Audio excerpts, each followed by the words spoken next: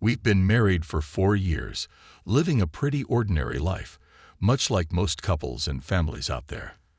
I got a job, and my wife's been working too, but we haven't had kids yet. We're both 30, same age, and everything's been just fine between us. Honestly, we've always done everything together. If we partied together. Overall, life's been good, and our family was a happy one. I was completely devoted to her.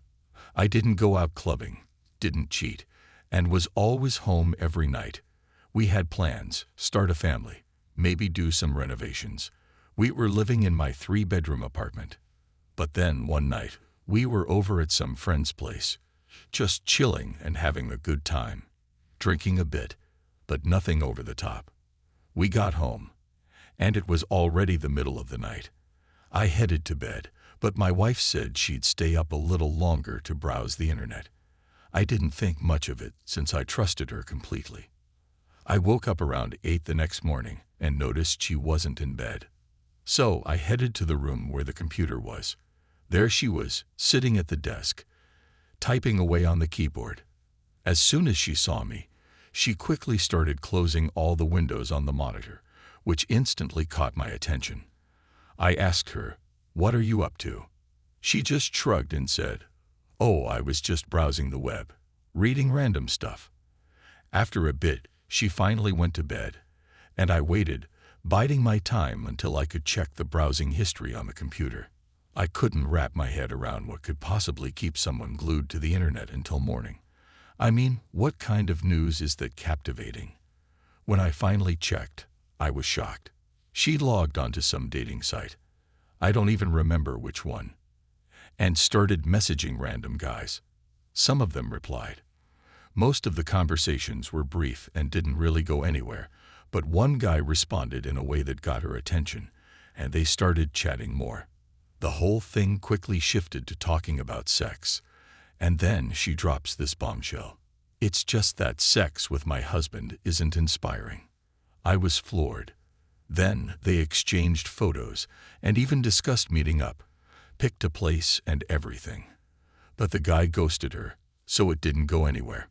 Still, the fact that my wife, someone who's married, was writing this kind of stuff to some random dude just threw me into a tailspin.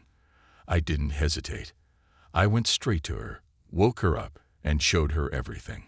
She stared at the screen, acting like she had no clue what was going on, and then started apologizing, saying she was drunk, didn't mean it, blah, blah, blah.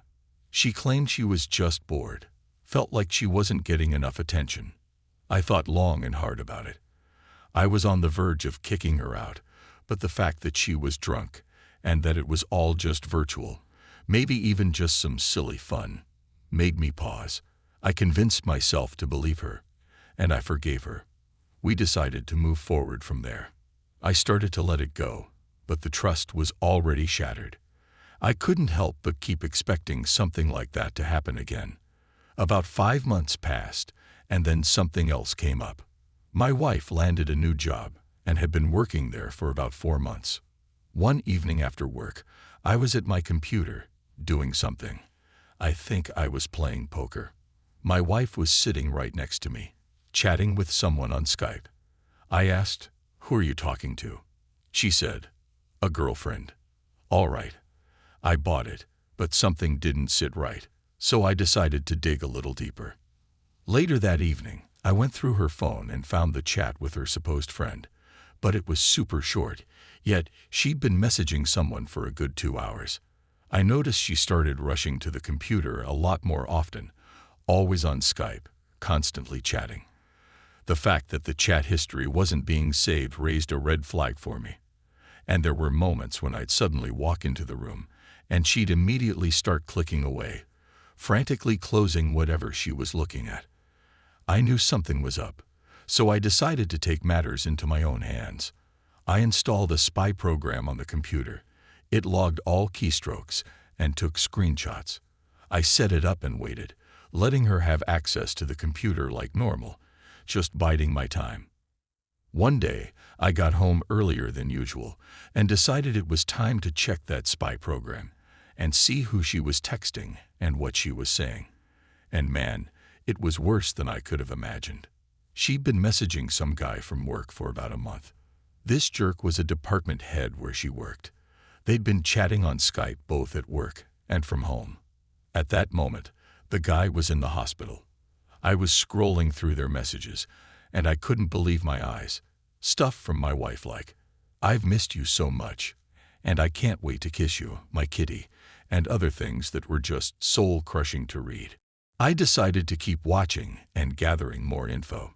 Every single day, behind my back, while I was sleeping or in the shower, she'd be messaging him, or he'd be messaging her. And get this, she even told him, "I can't respond right now. My husband comes into the room a lot." So he knew she was married, and they weren't even trying to hide it. Unbelievable.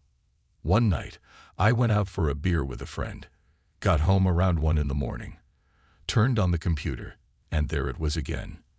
This time, they were talking about how she was planning to visit him in the hospital and how much she missed him.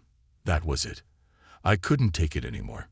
My wife, the woman I loved so deeply, was lying to my face, betraying me, and she didn't even feel a shred of guilt. She was asleep when I got home. I was so angry, raging, really, especially with the alcohol in my system, that I almost lost control. I yanked the blanket off her and yelled, "Get up." Then, I dragged her to the computer to show her all the evidence of her double life. The first thing she said when she saw the evidence was, "Where did you get this?" She started explaining that they'd met at work, and about 2 months ago, he'd started showing interest. She said she gave in because she felt neglected by me. It was all so cliché. She insisted nothing happened between them, that he tried to kiss her a few times on the subway, but she managed to dodge him. I couldn't wrap my head around it. It all seemed too surreal. But sadly, it was the harsh truth. Our marriage was falling apart right in front of us. In a fit of anger, I started storming around the apartment, yelling and demanding she pack her things and get out. She left with just a few belongings. To be honest, she didn't try to make excuses. She was mostly silent, no tears, no real regret. That same day, I logged into her Skype account and started messaging this guy pretending to be her. It didn't take long for him to catch on. She must have warned him. It turned out he was married too, with a 3-year-old daughter.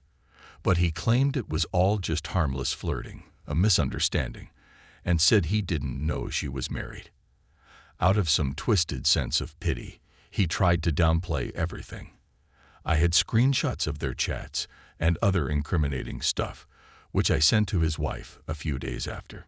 It's been about 2 weeks now, and I've been on my own.